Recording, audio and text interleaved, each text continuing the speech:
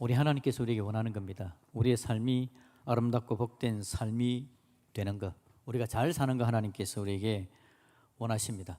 하나님은 아브라함을 불러낼 때요, 잘 살게 하려고 불러냈습니다. 고향 땅에 머물고 있는 아브라함을, 아브라함아 떠나자. 아브라함 믿음으로 떠나죠. 나이 75세에. 그리고 아브라함을 데리고는 가나안 땅 갑니다.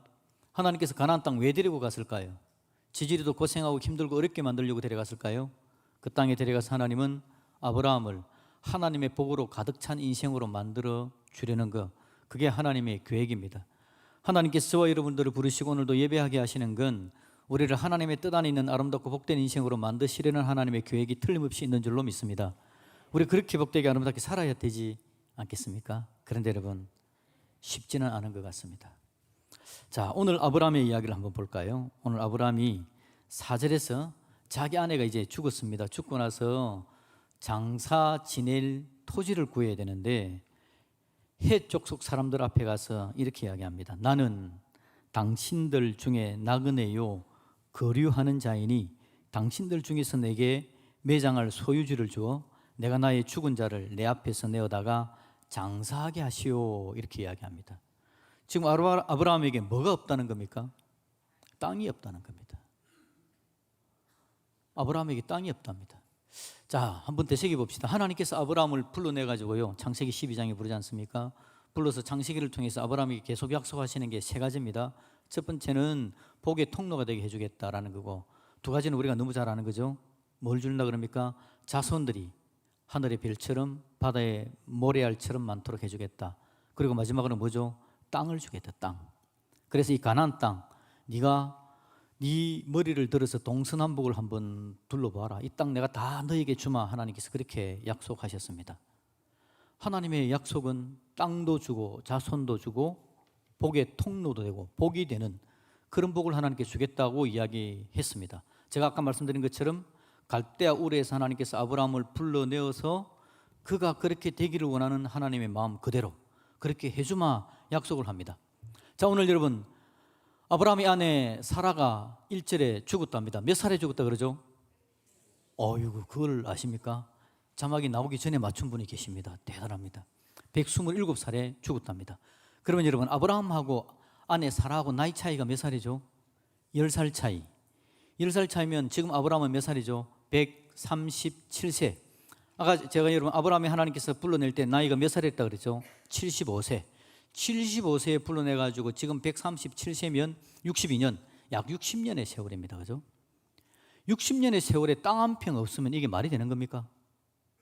하나님께서 불러내가지고 복 줄게, 땅도 줄게, 잔소도 줄게, 그렇게 이야기했는데 60년의 세월이 지났는데 땅 한 평이 없답니다.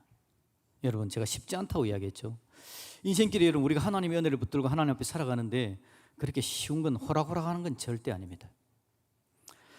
호락호락한 게 아니기 때문에 인생 가운데서는 절망할 수도 있는 거죠. 아브라함이 여러분, 아내를 장사 지내야 되는데 땅 한 평이 없다. 와, 이거 절망인데? 이거 절망인데? 아브라함이 뭐 살았던 건 아닙니다. 우리가 알듯이 아브라함이 열심히 잘 삽니다. 최선을 다해 살죠. 그래가지고 정말 하나님께서 도와주셔가지고는요, 얼마나 짐승이 많은지, 너무 짐승이 많아가지고 자기 조카 롯하고 이렇게 이야기하잖아요. 우리가 짐승이 너무 많아서 같이 있을 수가 없다. 네가 좌하면 내가 우하고 네가 우하면 내가 좌하마. 뭐 그럴 정도로 여러분 많았습니다. 그런데 정작 뭐는 없다고요? 땅은 없었습니다. 잘 사는 것 같은데 땅 한 평 없는 삶이죠. 어쩌면 절망스러울 수 있습니다. 제가 여러분 한 젊은 아빠의 이야기를 여러분에게 오늘 해드릴 겁니다. 황태환이라는 사람입니다. 혹시 아시는 분도 있을지 모르겠어요. 왜냐하니까 인플루언서라고 이야기하더라고요. 인플루언서에서 무슨 뜻인 줄 알았더만 사람들에게 영향을 미치는 사람이라는 뜻이라고 이야기하더라고요. 인플루언서, 사람에게 영향을 미치는 사람. 이 사람이 여러분 자기 가족이 나오는 인스타그램을 하고 SNS를 하는 것 같습니다. 그래서 사람들에게 유명한 사람이랍니다. 자기 아내와 같이 살면서 자녀들을 키우고 낳고 뭐 이런 과정들을 아마 보여주는 것 같아요. 이 사람의 소망은 좋은 가정을 꾸리는 겁니다. 그래서 아내와 함께 SNS도 하고 자녀 키우고 양육하는 걸 막 이야기하면서 사람들에게 영향을 미치는 그런 사람들이었다는 거죠. 그런데 다 잘 되고 있는 것 같은 그가 인플루언스, 많은 영향을 미치는 뭐 이런 사람인데 둘째 아들을 먼저 떠나보내는 일을 경험하게 됩니다. 좋은 가정, 행복한 가정을 사람들에게 보여주려고 그랬는데 둘째 아이가 떠납니다. 이 아이를 안고 절망할 수밖에 없는 상황이 이르죠.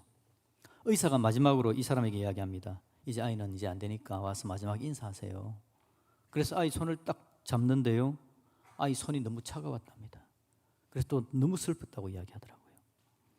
좋은 가정을 꾸려가려고 결심하고 하나님도 믿고 그런 사람인데 인생 가운데 이게 쉽지 않다. 어렵다.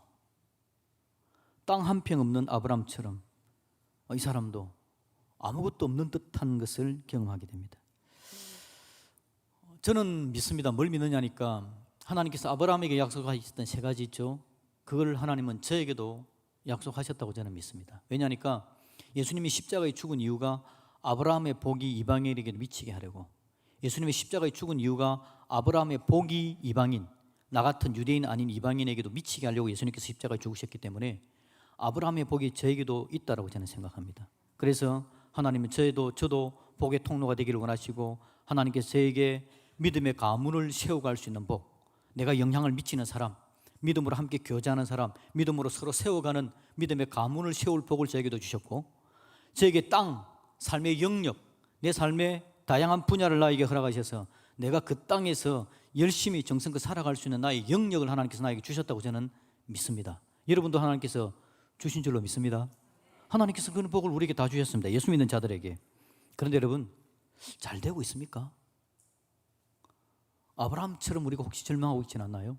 아브라함도 하나님으로부터 약속의 복음 받았는데 눈앞에 아내를 장사 지낼 땅 한 평이 없는 절망에 빠졌던 것처럼 혹시 여러분들도 하나님께서 그런 은혜를 주신 줄 알고 열심히 살아가고 있는 중인데 그 살아가면서 내가 내 삶을 보니까 뭔가 많이 비어져 있는 것 같아서 혹시 절망하진 않습니까?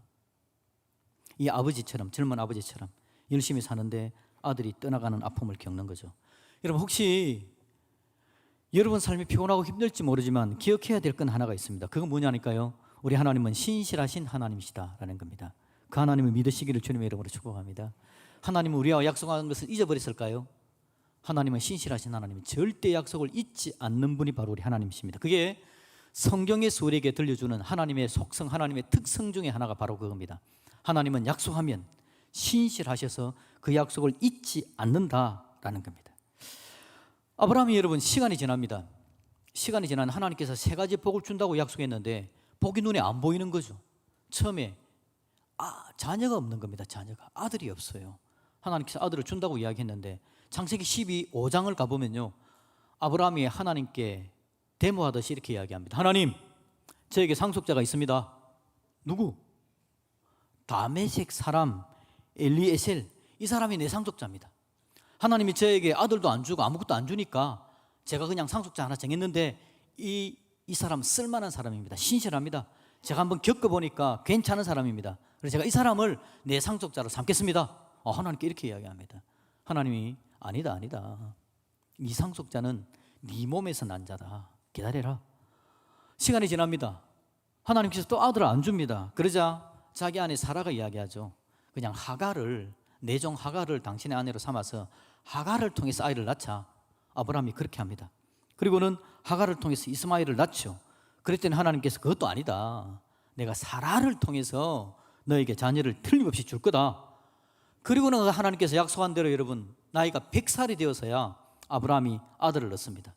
하나님께서 아브라함을 불러낸 지 몇 년 만에요? 25년이 지나고 나서 75세에 불러가지고는 25년이 지난 100세에야 하나님께서 아들을 주신 겁니다. 그런데 여러분, 중요한 건 아브라함이 하나님 앞에서 그 과정을 겪어가면서 하나님께서 그 아브라함의 마음속에 믿음을 서서히 넣어주신 겁니다.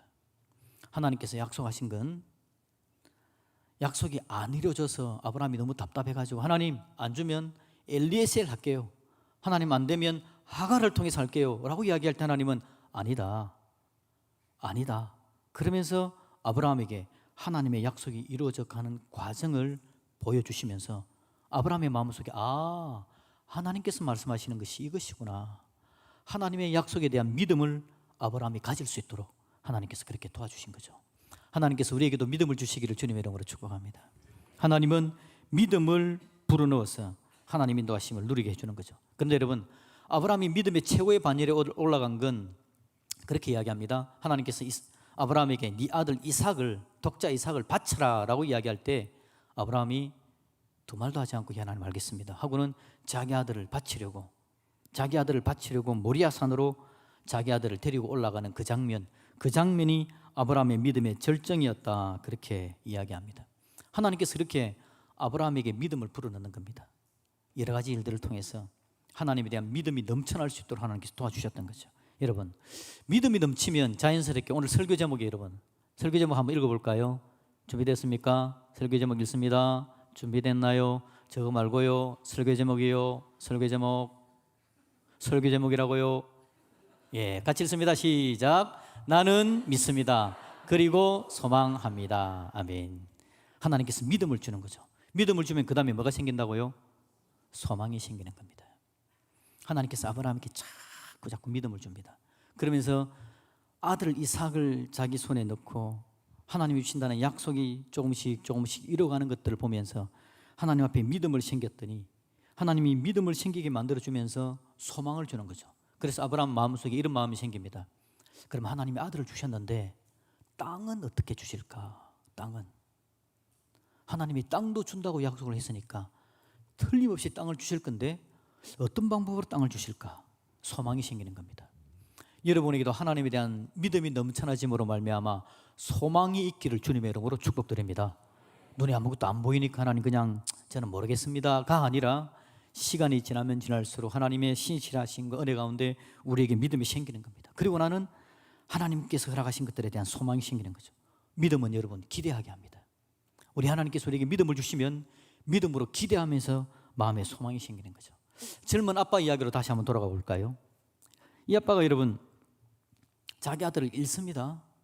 자기 아들을 잃는데 너무 마음이 아픕니다. 그래서 자기 아들을 잃는 과정에서 성경의 인물 가운데서 아들을 잃었던 사람을 한번 찾아봅니다. 그랬더니 다윗이셨다는 거죠. 다윗이 바세바를 통해서 낳은 아이를 하나님께서 데려가는 일이 있었지 않습니까? 그 과정을 보는 겁니다. 그러면서 다윗은 자기가 생각하기에 정말 비범한 인물이라고 생각했는데 성경을 읽으면서 다윗이 자기 아들을 잃는 과정에서 하나님 앞에 금식하며 기도하고 그런 모습을 보면서 이 사람이 생각하기를 다윗이 얼마나 무릎이 닳도록 아들을 잃지 않기 위해서 하나님께 기도했을까. 다윗이 그 애달바 하는 마음이 자기 마음에 막 전달되어 옵니다. 다윗의 그 마음 얼마나 슬펐을까, 얼마나 아팠을까. 그러면서 다윗이 한 이야기 하나를 봅니다. 다윗이 이렇게 이야기하거든요. 나는 그에게로 가려니와 그는 내게로 돌아오지 아니하리라. 그렇지 않습니까? 아들을 떠나보내는데 이 아들이 내게로 돌아올 수 없습니다. 나는 그에게로 갈 수 있지만 감사한 것은요, 하나님께서 이 젊은 아빠에게 그런 과정을 겪으면서 더 믿음을 주신 겁니다. 더 믿음을 많이 주십니다. 그러면서 다윗의 이야기, 나는 그에게로 가려니와, 자연스럽게 우리가 가지고 있는 믿음과 연결되어져서 이 아들이, 이 아버지가, 이 아빠가 이렇게 고백합니다. 저는 천국이 있다고 믿습니다. 이건 여러분 라디오 방송에서 한 이야기입니다. 제가 이 사람이 이렇게 이야기하는 라디오 방송을 듣고 여러분에게 알려드리는 거거든요. 김현정의 뉴스라는 쇼라는 그 CBS 방송이 있습니다. 그 방송을 제가 그저께 아침에 듣고 있는데요. 거기서 이 사람이 나와서 이야기를 하더라고요. 저는요 천국이 있는 것을 믿습니다. 그래서 제 마음의 소망은요 천국 가서 내 아들을 만나는 겁니다. 제게 소망이 있는데요, 하나님 앞에 믿음이 막 넘쳐나지면서 자기 마음에 소망이 생겼답니다.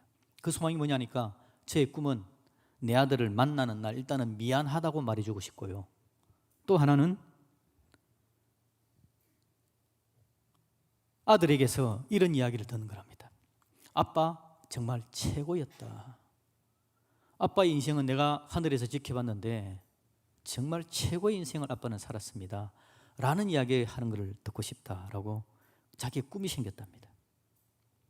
믿음이 있어서 그냥 절망의 자리에 머물러 있는 게 아니라 오히려 소망이 생겼다는 거죠. 아브라함에게 하나님께서 믿음을 주셔서 그에게 소망이 생긴 것처럼 이 젊은 아빠에게 하나님께서 믿음을 주신 겁니다. 그리고 천국이 있다는 그 믿음이 그의 소망으로 바뀌어졌습니다. 그리고는 이 아빠가 아들의 손을 잡고 이렇게 마지막에 이야기했답니다. 너의 죽음이 그냥 죽음이 아니라 희생이었다고 사람들이 말할 수 있게 할게 라고 이야기를 했답니다. 이 말의 의미를 가만히 살펴보니까 그렇더라고요. 네가 죽은 건 그냥 죽은 게 아니라 네가 죽음으로 말미암아 아빠인 내가 믿음으로 더 풍성하게 되고 소망으로 더 풍성해져서 너를 만날 소망을 가지고 이 땅에서 정말 이 아빠가 열심히 삶으로 말미암아 아들 죽은 것 때문에 이 아빠가 얼마나 복된 삶을 살았는지, 그래서 사람들이 생각하기를 아들을 죽은 것 때문에 이 아빠가 열심히 살고 잘 살았다, 그 아들의 죽음이 그냥 죽은 게 아니라 희생이 되어져서 아빠의 삶이 정말 멋있는 삶, 정말 해야 될 일들을 제대로 감당하고 다른 사람을 살리는 삶으로 이어졌다라는 이야기를 내가 네가 듣게 해줄게 라는 소망을 가지게 되었다는 거죠.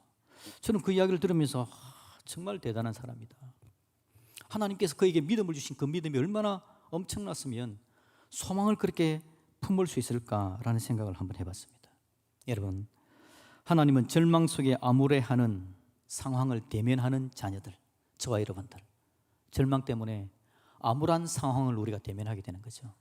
그런 우리들에게 하나님은 이 젊은 아빠처럼, 아브라함처럼 믿음을 주기를 원하시는 분이 바로 우리 하나님이시다.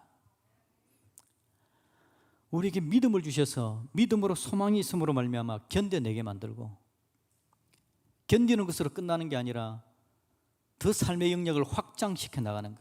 아브라함의 마음에 아들을 통한 믿음을 가짐으로 말미암아 땅에 대한 소망이 생겼던 것처럼 오늘 우리에게도 하나님께서 우리에게 믿음을 주셔서 하나님의 땅에 대한 소망, 하나님께서 내 인생을 어떻게 쓰실까에 대한 소망, 내 인생이 피곤하고 힘들고 어렵지만 이 상황 속에서 하나님께서 나에게 믿음을 대주셨을 때에 내가 어떻게 하나님 앞에 쓰임받을 수 있을까, 나의 영역이 확장되어져 가고 내 지경이 넓혀져 가서 내가 살아가는 삶에 하나님께서 기뻐하는 복된 삶을 살아낼 것에 대한 소망, 우리 하나님께서 저와 여러분들을 그렇게 다듬어 주시기를 주님의 이름으로 축복합니다.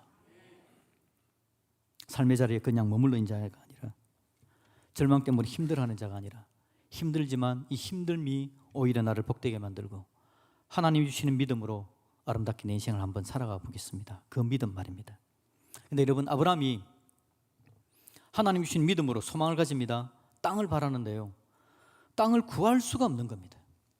왜냐니까 헷 족속 사람들이 땅을 안 줍니다. 아브라함이 멀리 갈대아 우르에서 이주를 해왔지 않습니까? 그래서 아브라함이 죽는 순간 방금 우리가 본 것처럼 4절에서 이야기하기를 나그네입니다. 나그네, 이방인 취급을 합니다. 아브라함이 여러분 못 살았던 거 아닙니다. 말씀드렸던 것처럼 하나님께서 은혜를 주셔가지고요, 복이 넘칩니다. 아브라함의 짐승들이 많아집니다. 아브라함 밑에 일하는 사람들도 많았습니다. 많은 걸 가지고 있고 제대로 사니까 헷 사람들이요, 아브라함을 향해서 주여라고 이야기하고 아브라함을 높이기조차 합니다. 그런데 이거 하나는 못 주겠다는 거죠. 뭐요? 땅은 못 주겠다는 겁니다.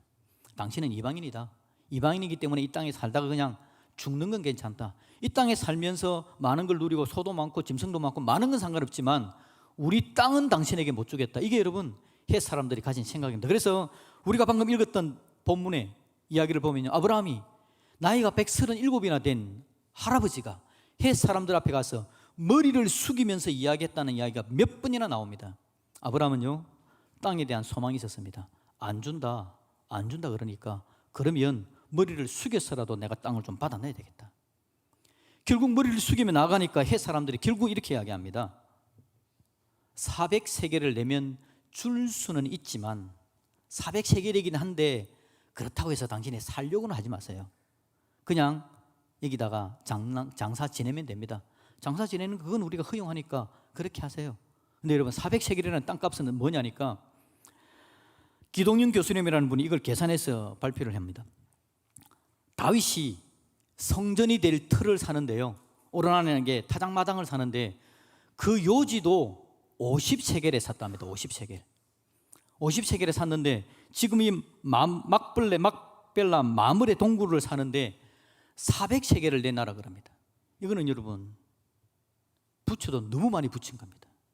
엄청나게 붙여서 자기들끼리 거래할 때는 한 13개만 주세요, 23개만 주세요 라고 하면 될 거를 400세겔을 내놔라 그럽니다. 그런데 여러분 아브라함이 어떻게 하는지 압니까? 예, 감사합니다. 400세겔 드리죠. 그러고는 그 밭을 사는 겁니다. 땅을 주시리라는 하나님의 약속에 대한 믿음이 넘치는 겁니다. 그리고는 소망이 넘쳐나져서 나에게는 지금 이 땅 한 평, 내 아내를 장사 지낼 땅 하나, 밭 하나이지만 하나님께서 내 자손들에게 이 모든 땅을 주실 것에 대한 소망이 그 속에 넘쳤던 거죠.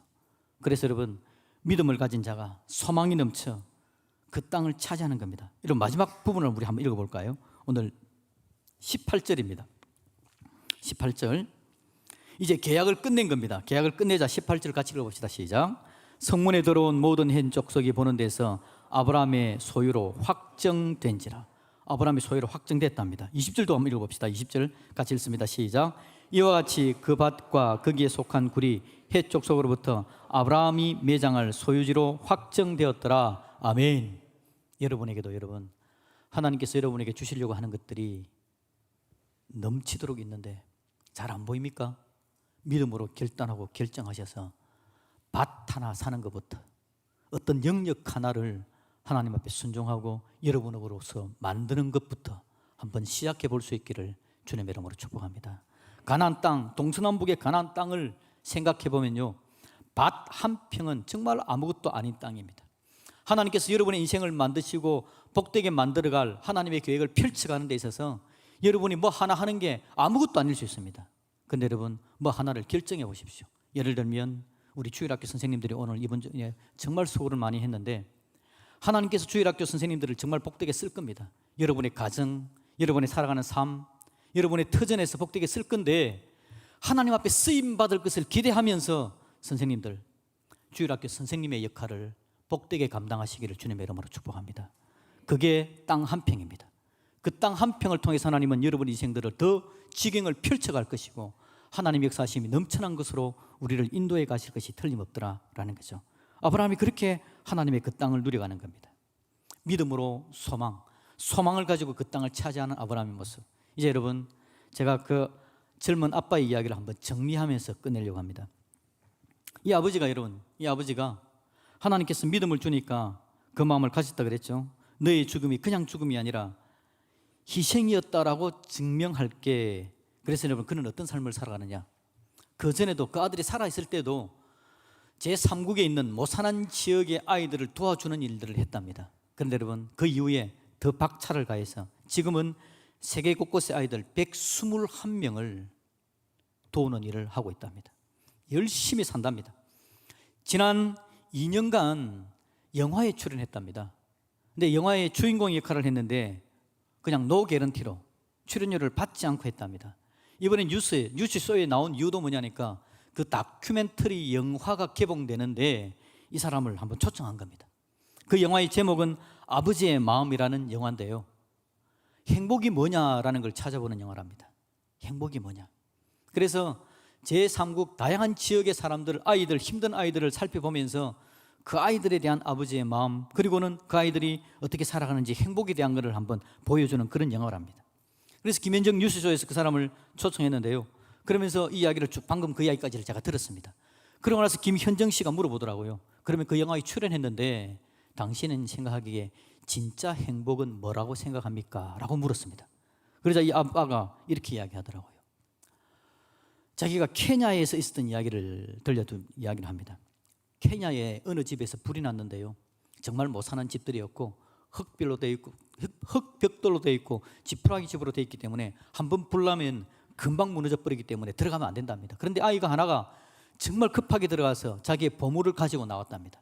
그 보물이 뭐냐니까 후원자가 자기에게 보내준 편지랍니다. 가난한 아이니까. 그 편지 내용은 간단하게 그거랍니다. 네가 가장 소중한 존재야, 네가 가장 존귀한 존재야 라는 이야기를 적어놓은 거라는 거죠. 이 아이가 살아오면서 부모로부터 그런 말을 들은 적도 없고, 부모가 너무 연약해서 이제 다른 사람의 도움을 받아야 되는 형편인데 주위에 있는 사람들이 아무도 그에게 이 이야기를 안 해줬다는 겁니다. 그런데 이 아이가 후원자로부터 그 이야기를 들었다는 거죠. 그러면서 이 사람이 행복이 뭔지를 정의를 내립니다. 제가 생각하기에 행복은요, 내 이웃을 내 몸같이 사랑하는 데 있다고 생각합니다 라고 이야기하더라고요. 와, 저는 이분의 이야기를 들으면서 정말 대단한 사람이다. 어떻게 이렇게 하나님께서 은혜를 베풀어 주셔가지고 믿음을 주시고 소망이 넘치게 하는데 이 소망이 하나님께서 우리에게 명령하신 것과 그렇게 절묘하게 맞아 들어가게 이 사람을 깨우쳐 주신 걸까? 믿음은요, 온전한 소망이 생기게 되는 겁니다. 온전한 소망은 뭐냐? 하나님께서 명령한 대로 살아가는 것입니다. 이 사람이 체험한 겁니다. 이웃을 내 몸같이 사랑해서 그 아이에게 네가 가장 소중한 존재야 라고 편지해 준 그 편지가 그 아이로 하여금 힘을 얻게 만들고 보물처럼 만들어서 살아가게 만들어서, 그래서 결국 이 사람이 하는 이야기는 뭐냐니까 행복은요 다른 게 아닙니다. 부모가 없다고 해서 불행한 거 아닙니다. 어렵다고 해서 불행한 게 아니라 행복은 각자 또 다른 행복이 있다는 걸 저는 느꼈습니다 라고 이야기를 합니다. 여러분, 이 사람이 아름답게 쓰임받습니다. 저는 이 이야기를 들으면서 이 사람이 정말 복의 통로가 된 사람이구나. 하나님께서 아브라함에게 네가 복의 통로가 되게 해주마, 너에게 자녀를 주면 너에게 땅을 주마, 하나님께서 그렇게 약속해 줬는데 이 사람이 자기의 영역을 넓혀갑니다. 믿음으로 소망하면서 하나님께 나가는 가운데서 하나님께서 그에게 만들어준 121명의 믿음의 자손들이 생겼습니다. 그리고 그 아이들을 도와주는, 불쌍한 아이들을 도우는 삶의 영역이, 그 지경이 세계 방방곳곳으로 넓혀져 갑니다. 가나안 땅에 머문 것만 아니라 자기가 살아가는 삶의 그 터전에만 머문 게 아니라 얼마나 그 영역들이 넓혀져 가는지, 결론적으로 제가 본 건 이 사람은 복의 통로가 되었다. 하나님께서 주신다는 복을 이미 다 받았구나. 자손도 받고 땅도 받고 복의 통로가 되는 복까지 다 받은 사람이구나. 저와 여러분에게 믿음이 있기를 주님의 이름으로 축복합니다.